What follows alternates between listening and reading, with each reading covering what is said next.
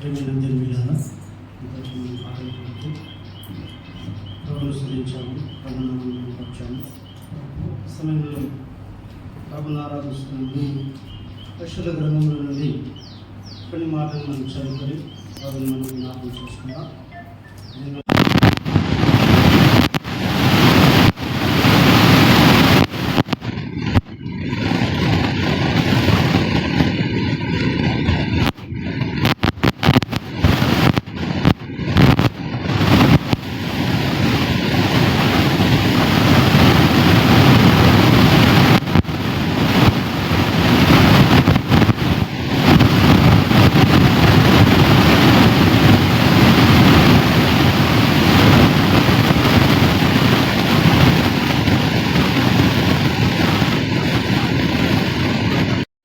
సితారాతోనూ 10 తంతుల స్వరములతోనూ స్వరమండలములతోనూ ఆయనను స్తుతించడని తెలియజేస్తున్నాడు. ఉత్సాహధ్వనితో ఇంపుగా వాయించాడని చెప్తున్నాడు. నూతన కీర్తన పాడుడని తెలియజేస్తున్నాడు. అయితే దేవుని గురించి మనము స్తుతించుట యథార్థతలకు శోభస్కరము అని తెలియజేస్తూ ఆయనను మరి సితారాతోనూ 10 తంతుల స్వరమండలములతో ఆయన స్తుతించడే అని తెలియజేస్తూ ఆయన ఎంత శ్రేష్ఠుడు అనే మాటలు కూడా ఆ భాగంలో మనం చూస్తున్నాం. 4వ వచనంలో మనం చూస్తే యెహోవా వాక్యము యథార్థమైనది, ఆయన చేయనదంతయు నమ్మకమైనది. ప్రియమైన దేవుని బిడ్డలారా, మన దేవుడు ఎలాంటి వాడంటే ఆయన యథార్థపరుడు, ఆయన నమ్మకమైన వాడు. ఆయన చేసే కార్యాలు కూడా నమ్మకమైనవి అని ఈ భాగంలో మనం చూస్తున్నాం. రెండవదిగా మన దేవుడు దేన్ని ప్రేమిస్తున్నాడంటే ఆయన నీతిని న్యాయమును ప్రేమించేవాడు అని మనం చూస్తున్నాం. ఆయన చెడును మరి ప్రేమించేవాడని కాదు, కానీ ఆయన నీతిని ప్రేమించేవాడంట, న్యాయమును ప్రేమించేవాడు అని మనం చూస్తున్నాం. అలాగన లోకం యెహోవా కృపతో నిండి ఉన్నది మనం చూస్తున్నాం. ఈ విధంగా ప్రభువారు ఈ భాగాల్లో ఎంతో ఘనుడుగా, ఎంతో శ్రేష్ఠుడుగా మనకు కనబడుతున్నాడు. 10వ వచనంలో కూడా ఆయన గురించి మరి ఎంతో గంభీరమైనటువంటి మాటలు మరి భక్తులు రాసినట్లుగా మనం చూస్తున్నాం. అన్య జనుల ఆలోచనలను యెహోవా వ్యక్తపరచును, జన్మల యోచనలను ఆయన నిష్ఫలముగా చేయును, యెహోవా ఆలోచన సదాకాలము నిలుచును. 7వ భాగం ఏముందండి? ఆయన సంకల్పములు తరతరములకు ఉండును. వీళ్ళరా, నిజంగా దేవుడు ఎంత ఘనుడో, ఎంత గొప్పవాడు, ఎంత అతి శ్రేష్ఠుడో, ఎంత జ్ఞానవంతుడో, ఎంత ప్రభావం గలవాడో, ఎంత శక్తి సంపన్నుడో ఈ వాక్యాలను మనం చూస్తున్నాం. యెహోవా ఆలోచన సదాకాలం నిలుచును, ఆయన సంకల్పములు తరతరములకు ఉండును. వీళ్ళరా, ఆయన ఆలోచనలో మనం ఉన్నాం, ఆయన సంకల్పాల్లో మనం ఉన్నాం. పై భాగంలో మనం చూసినట్లయితే యెహోవా భూలోకము యెహోవా కృపతో నిండి ఉన్నది. కానీ నోహు కాలానికి వెళితే, మరి ఆది దంపతుల కాలానికి వెళితే మరి భూమి చెడిపోయినది, భూమి బలాత్కారంతో నిండి ఉన్నది అని మనం చూస్తున్నాం కదా. వీళ్ళరా, అలాంటి చెడిపోయిన భూలోకం మీద, అలాంటి చెడిపోయిన లోకం మీద ఏం చూపించాడు? యెహోవా లోకం యెహోవా కృపతో నిండున్నది. అంటే అలాంటి చెడిపోయిన లోకం మీదకి, అలాంటి చెడిపోయినటువంటి భూమి మీదకి ఏం నింపాడు? తన కృపతో నింపినట్లుగా మనం చూస్తున్నాం. ప్రేమ దేవులారా, నిజంగా మనం కూడా మనకు అలాంటి స్థితిలో ఉన్నటువంటి వారం, నోహు కాలంలో ఉన్నటువంటి స్థితిలో ఉన్నటువంటి వారం, దేవుని యొక్క హృదయాన్ని గాయపరిచినటువంటి వారం, దేవుడు తన హృదయంలో నరులు చేసినందుకు సంతాపడెను, నొచ్చుకొనెను అని మనం చూస్తున్నాం. అలాంటి ప్రజలుగా మనము మునుకున్నటువంటి వారం, దేవుని ఉగ్రతకు పాత్రులుగా ఉన్నటువంటి వారం, దేవుని యొక్క మరి ప్రేమకు కనికరానికి మనం దూరంగా ఉన్నటువంటి వారం. ప్రియులారా, అయితే లోకం యెహోవా కృపతో నిండి ఉన్నది. అవును ప్రియులారా, ఆయన కృప మనందరిపై కుమ్మరించినట్లుగా మనం చూస్తున్నాం. అయితే ఆయన కృప లోకం నుంచి ఆయన ఏం చేశారంటే 12వ వచనంలో మనం చూద్దాము, యెహోవా తమకు దేవుడుగా గల జనులు ధన్యులు అని మనం చూస్తున్నాం. ఆయన కృపను కుమ్మరించాడు. అయితే ఆయన కృపను కుమ్మరించక ముందు ఆ భూమి మీద ఏం చేశాడంట? ఆయన సంకల్పములు చూపినట్లుగా మనం చూస్తున్నాం. ఆయన సంకల్పాలు మనపై ఉంచినట్లుగా మనం చూస్తున్నాం. నిజంగా ఎంతగా దేవుడు ఎంత శ్రేష్ఠుడో మనం ఒకసారి ఆలోచించేద్దాం. ఆయన ప్రభావం, ఆయన ఆలోచనలు, ఆయన కార్యాలు మనం ఆలోచించినట్లయితే మరి 5 నుండి 6 వరకు మరి ఆయన సృష్టికర్త, ఆయన నోటి ఊపిరి చేత సర్వ సమూహం కలిగెను, సముద్ర జలములను రాశిగా కూర్చోవాడు ఆయనే, మరి అగాధ జలములను కొట్లలో కూర్చోవాడు ఆయనే అని మనం చూస్తుంటున్నాం. లోకులందరూ యెహోవా యందు భయభక్తులు నిలుపుకోవాలను, భూలోకి వాసులందరూ ఆయనను వెరవలను. చూడండి ఎంత గంభీరమైనటువంటి మాటలు మన దేవుని గురించి రాయబడ్డాయి. అయితే ప్రియులారా, నిజంగా మనం కూడా మనకు చెడిపోయిన స్థితిలో ఉన్నటువంటి వారు, చెడిపోయిన లోకంలో ఉన్నటువంటి వారు, దేవునికి దూరస్తులైనటువంటి వారు, దేవుని బ్రతుకు పాత్రమైనటువంటి వారు, దేవుని ప్రేమకు నోచుకునేటువంటి వారు, దేవుని కనికరాన్ని పొందుకోవడానికి అర్హులము కాదు మనం. ఎందుకంటే మనము ఏ భేదములో అందరూ పాపం చేసి దేవుడు గురించి మహిమను పొందలేని స్థితిలో ఉన్నటువంటి వారు, దైవోగ్రతకు పాత్రులము అనే సత్యాన్ని మనం ఎరిగినటువంటి వారు. అయితే ఇలాంటి స్థితిలో మనను తన మహాప్రేమను మనలా చూపించి ఆయన ఈ లోకానికి మానవుడిగా వచ్చినట్లుగా మనం చూస్తున్నాం. అవును పిల్లరా, ఎందుకు మానవుడు వచ్చాడంటే ఇక్కడ బాగా మనం చూస్తున్నాం 11వ వచనంలో, యెహోవా ఆలోచన సదాకాలం నిలుచును, ఆయన సంకల్పములు తరతరములకు ఉండును. చెడిపోయిన మనలను బట్టి, దూరస్థలమైన మనలను బట్టి ఆయన ఆలోచనలో ఒక ఆలోచన ఉంది.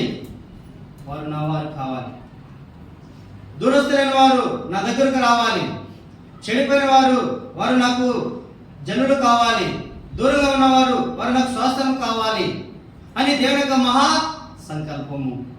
ఆయన ఆలోచన ఎంత గొప్పది ఒకసారి మనం ఆలోచించేద్దాం. ఎవరి పట్ల ఆలోచన? భూలోకము చెడిపోయినటువంటి వారి పట్ల ఆలోచన. ఎవరి పట్ల ఆయన సంకల్పాలు? చెడిపోయిన మన పట్ల ఆయన సంకల్పాలు. ఉదయకాలంలో ఆరాధిస్తున్న మనము నిజంగా ఆయన సంకల్పంలో ఉన్న ప్రజలు మనం, ఆయన ఆలోచనలో ఉన్న ప్రజలు మనం. అందుకే ఈనాడు మనము పాటలు పాడుతూ ఆయనను ఆరాధిస్తున్నాం, చిన్న మందగా చేరి ఆయనను శుద్ధిస్తున్నాం. అందుకే అంటున్నాడు 33వ కీర్తన మొదటి భాగంలో, నీతిమంతులారా యెహోవాను బట్టి ఆనందగానము చేయండి. ఎవరో తెలుసా మీరు? మునుపు దూరస్తులు. ఎవరో తెలుసా మీరు? గొర్రెలు దారి తప్పినటువంటి వారు. ఎవరో తెలుసా మీరు? చెడుపు చేయి పిల్లలు మీరు. ఎవరో తెలుసా మీరు? దేవునికి దూరస్తులైన ప్రజలు. అయితే ఎవరో తెలుసా మీరు? నరకానికి వెళ్తున్న మీరు. అయితే ఆయన సంకల్పంలో మీరున్నారు, ఆయన ఆలోచనలో మీరున్నారు. తల్లి గర్భంలో పిండాకృతము కాకునిపై ఆయన ఆలోచనలు మీ పట్ల కలిగి ఉన్నారు అనే సత్యాన్ని తెలియజేస్తూ ఆయన అంటున్నాడు, నీతిమంతులారా యెహోవాను బట్టి ఆమె ఆనందగానం చేయడానికి చూస్తాం. అవును పిల్లరా, నిజంగా మనం ఎంతో ఉత్సాహించే దినం ఇది, సంతోషించి దేవుని స్తుతించే దినం ఇది. ఆదివారం ఒకటేనా? ఆదివారం కాదు, ప్రతిదినం మనం ప్రభువును స్తుతించే దినమే. కానీ విశేషంగా ఏమిటంటే సమూహంగా, సంఘంగా చేరవస్తాం చూడి, అది ఇక దేవునికి చాలా ఇంపైనటువంటి ఆరాధన. సమూహంగా చేరి ప్రభుని ఆరాధిస్తున్నామే, అది దేవునికి ఎంతో అంగీకరమైనటువంటి ఆరాధన. అందుకే నీతిమంతులారా యెహోవాను బట్టి ఆనందగానం చేయండి. పిల్లరా, మనం నీతిమంతులమా? కాదు. ఒకప్పుడు మనం అనీతిమంతులం, మనం దుర్నీతిపరులం, మనము పాపములో అపరాధముల చేత చచ్చినటువంటి వారం. ఇలాంటి వారమైన మనలను దేవుడు ప్రేమించి ఆయన మన కొరకు లోకానికి మరి దీనుడుగా వచ్చిన దేవుడిగా మనం చూస్తున్నాం. దేవుని స్వరూపం కలిగిన వాడండి. ఆయన ఎలా వచ్చాడంట? దాసుని స్వరూపం ధరించుకొని వచ్చాడని చూస్తున్నాం. దేవుని స్వరూపం, దాసుని స్వరూపం. దేవుని స్వరూపము ఎంతో సుందరమైనది. దేవుని స్వరూపము 10,000 మందిలో గుర్తింపదగినటువంటి వాడు. దేవుని స్వరూపము ఎవరు సమీపింపలేనటువంటి స్వరూపం. అయితే ఆయన దాసుని స్వరూపం ధరించాడు. దాసుని స్వరూపం ధరించాడు. ఆయన ధరించమయ్యాడు. ఆయన కొట్టబడ్డాడు. ఆయన ఏమయ్యాడు? గెలవబడ్డాడు. ఆయన ఏమయ్యాడు? అవమానించబడ్డాడు. ఆయన ఏమయ్యాడు? హేళన చేయబడ్డాడు. ఆయన ఏమయ్యాడు? నలిగిపోయాడు. రక్త చిత్తులుగా మారిపోయాడు. మరి ఆయన చూడనొల్లని వాడిగా మారిపోయాడు. దాసుని స్వరూపం అది. ఆయన దీన స్వరూపం, దేవుని స్వరూపం, దాసుని స్వరూపం. ఆయన మారిపోయాడు. నిన్ను నన్ను ప్రేమించి ఆయన ఆలోచనలో మనం ఉన్నాం. అందుకే ఆయన మారిపోయాడు. దీనుడుగా మారిపోయాడు. ఆయన వ్యాధిగ్రస్తుడుగా మారిపోయాడు. తృణీకరింపబడిన వాడిగా మారిపోయాడు. వ్యసనక్రాంతుడుగా మారిపోయాడు. వీళ్ళరా ఆయన మారిపోయి మనకు స్వరూపాన్ని సొగసును ఇచ్చాడు. ఆయన రూపాన్ని మనకి ఇచ్చాడు. ఆయన సొగసును మనకి ఇచ్చాడు. ఆయన అందాన్ని మనకి ఇచ్చాడు. ఆయన మన కొరకు పొందిన గాయాలు మనం జ్ఞాపకం చేసుకుందాం. ఆయన మన కొరకు కాచిన రక్తాన్ని మనం జ్ఞాపకం చేసుకుందాం. ఆయన మన కొరకు ఆయన మరణించిన మరణ వేదనను మనం జ్ఞాపకం చేసుకుందాం. ఆయన మన కొరకు శ్రమ నొందిన వానిగా ఉన్నాడు. ఆయన మన కొరకు రక్త చిత్తుడుగా వానిగా ఉన్నాడు. ఆయన మన కొరకు మరణించిన వానిగా ఉన్నాడు. ఆయన సమాధి చేయబడిన దేవునిగా ఉన్నాడు. అయితే ఆయన తిరిగి 3వ దినమున లేపబడిన ప్రభు, మరణాన్ని జయించిన ప్రభు, మరణ వేదనలను జయించిన ప్రభు, మరణ బంధకాలను తెంపి పునరుద్ధాడైన ప్రభు. ఆ ప్రభు వారిని మనం ఆరాధించే ఆధిక్యత క్రీస్తులో మనకు కలిగి ఉన్నది. క్రీస్తులో మనకు కలిగి ఉన్నది. ఆయన ప్రేమ ద్వారా ఆయన పిల్లలమయ్యాం. ఆయన కృప ద్వారా ఆయన కుమారులమయ్యాం. ఆయన సంకల్పంలో ఉన్న పిల్లలము, ఆయన ఆలోచనలో ఉన్న పిల్లలు మనం. అందుకే అంటున్నాడు, యెహోవా తమకు దేవుడు కాగల జనులు ధన్యులు. యెహోవా తనకు స్వాస్థ్యంగా జనులను ఏర్పరచు. ఎలాగైతే స్వాస్థ్యం అంటే కుమారుడు యెహోవాను గ్రహించు స్వాస్థ్యం. స్వాస్థ్యం అంటే పిల్లరా ఆస్తి. వీళ్ళ మనల్ని ఆస్తిగా ఉంచుకున్నారు. చెడిపోయిన మనలను తనకు ఆస్తిగా చేర్చుకున్నారు. అయితే నువ్వు ఎంతగా ఆయన సూచిస్తున్నావు, ఎంతగా ఆయన గణపరుస్తున్నావు, ఎంతగా ఆయన మహిమపరుస్తున్నావు. ఆ ప్రభువారు మనల్ని స్వాస్థ్యంగా ఏర్పరచుకున్నాడు. ఎప్పుడు ఏర్పరచుకున్నాడు? ఎఫెసీ పత్రిక 1వ అధ్యాయం ఆలోచన ప్రకారం జగత్ పునాది వేయబడక మునిపే క్రీస్తు ప్రేమలో మనల్ని ఏర్పరచుకున్నాడు. ఎప్పుడంట? జగత్ పునాది వేయబడక మునిపే. కాబట్టి ఆయన ప్రేమ ఎంత గొప్పది, ఆయన ఆలోచనలు ఎంత గొప్పవి, ఆయన సంకల్పం ఎంత గొప్పవి, ఆయన శిలువ త్యాగం కూడా అంతో గొప్పది, అంతే గొప్ప. ఆయన మన కొరకు ప్రాణం పెట్టాడు. ఆయన మన కొరకు రక్తం కార్చాడు. ఈ లోకంలో ఎవరు కూడా మన కొరకు రక్తం కార్చలేదు. ఈ లోకంలో ఎవరు కూడా మన కొరకు తన ప్రాణం మన కొరకు ప్రాణాలు పెట్టలేదు. ప్రభువైన యేసుక్రీస్తు అక్కడే మన కొరకు ప్రాణం పెట్టి తిరిగి లేచాడు. కాబట్టి ఆ దేవుని యొక్క ప్రేమను, ఆ దేవుని యొక్క కృపను, ఆయన ద్వారా మనకు కలిగిన మేలును మనకి జ్ఞాపకం చేసుకుందాం. ఆయన కృపలను మనం తలంచుకుందాం. ఆయన మేలును మనం తలపోసుకుందాం. అలా మన ప్రభువాన్ని మనం స్తుతించుదాం. అలా మన ప్రభువాన్ని మనం హెచ్చించుదాం. అలా మన ప్రభువాన్ని గణపరచుదాం. స్తుతి చేయుట యథార్థవంతులకు శోభస్కరం. స్తుతి యాగం అర్పించేవాడు నన్ను మహిమపరుచున్నాడు. ఎవరు మహిమపరుస్తారు? మనమే. నీతిమంతులారా యెహోవాను బట్టి ఆనందగానము చేయండి. మనమే నీతిమంతులు. ఒక ప్రణీతిమంతులు ఇప్పుడు క్రీస్తు ద్వారా నీతిమంతులుగా తీర్చారు. క్రీస్తు రక్తంలో కడగబడిన ప్రజలుగా నీతిమంతులుగా మనము చేర్చబడ్డాం. ఇంకా మనం ఎవరంటే మొదటి పేతురు పత్రిక 2వ అధ్యాయం 9వ వచనంలో ఉన్నట్లుగా ఎలాంటి వారు అంటే మనము చీకటిలో నుండి ఆశ్చర్యకరమైన తన వెలుగులోనికి పిలువబడిన ప్రజలు, మనం ఏర్పరచబడిన వంశం, రాజులైన యాజక సమూహం, పరిశుద్ధ జనం, దేవుని సొత్తైన ప్రజలు. ఎంత గొప్ప పేర్లని మనకి. యెషయా గ్రంథంలో మనకు పెట్టబడిన పేర్లు వేరే. అయితే ప్రభు ద్వారా ప్రభు రక్తంలో కడగబడిన తర్వాత మనకు పెట్టబడిన పేర్లు వేరే. ఎంత ధన్యులమో ఒకసారి ఆలోచించారు.